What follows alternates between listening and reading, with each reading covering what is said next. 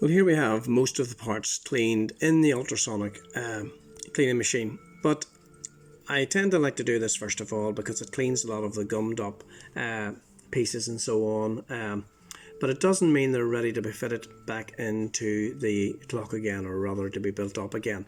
So we're going to go through each part here individually, and one of the reasons why we'll do that is, if you can just see there on the edges of this chiming drum, you can see where the edges are quite rough looking, and so I will polish those there to a nice smooth surface without actually compromising obviously the pivot itself. So this is what really needs to be done as well.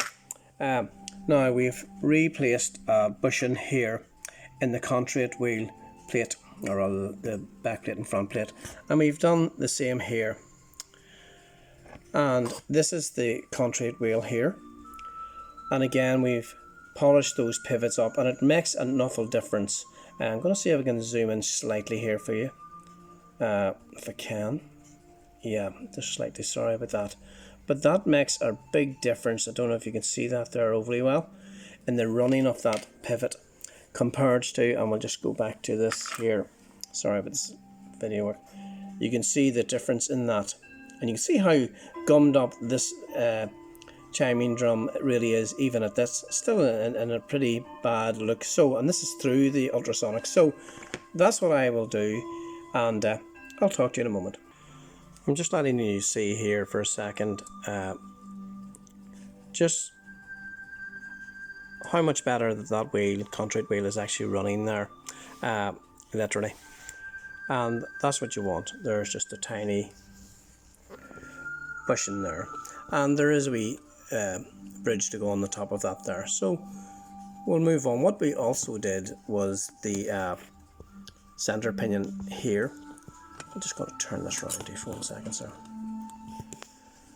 Now that was in a pretty bad condition actually there. Just see, just zoom back out again here if I can. Yeah, sorry.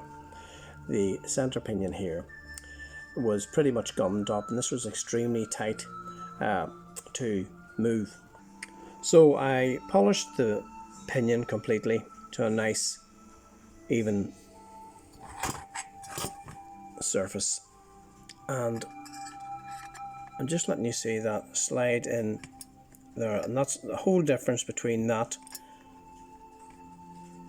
pinion was really sticky in a sense there, and it was jamming up. And again we're able to have a nicely running center pinion. Now a moment ago, even though the clock had went through the ultrasonic, it was actually still very gummed up in there, and so we smoothed both of the front and back pinion holes for that center pinion, as will be done with the rest of the clock completely. So we'll move on here and we'll try to see what more we can do.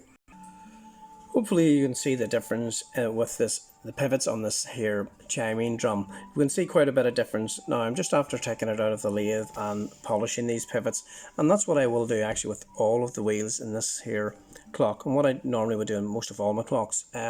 So we'll move on. We'll see what else we can do here now as well.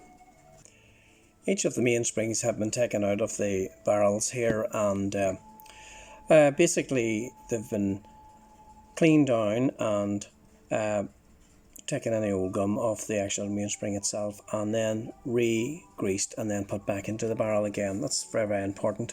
But the clock in general is in a pretty good shape. Just tiny bits of bushing had to be done. A little bit disappointed in the dial of this clock, really, for such a fabulous clock, sadly, to be let down like this. We can see a slight kink and a bend there in the clock, which is slightly disappointed there. So we're going to move on. Now we fitted some of the wheels back into the actual clock movement here, so we're beginning to reassemble it here, and it's looking quite well.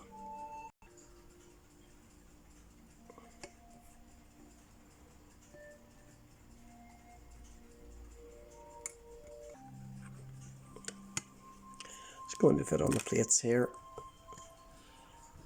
Again, you take your time when you're doing this here. You don't want to bend the pivot.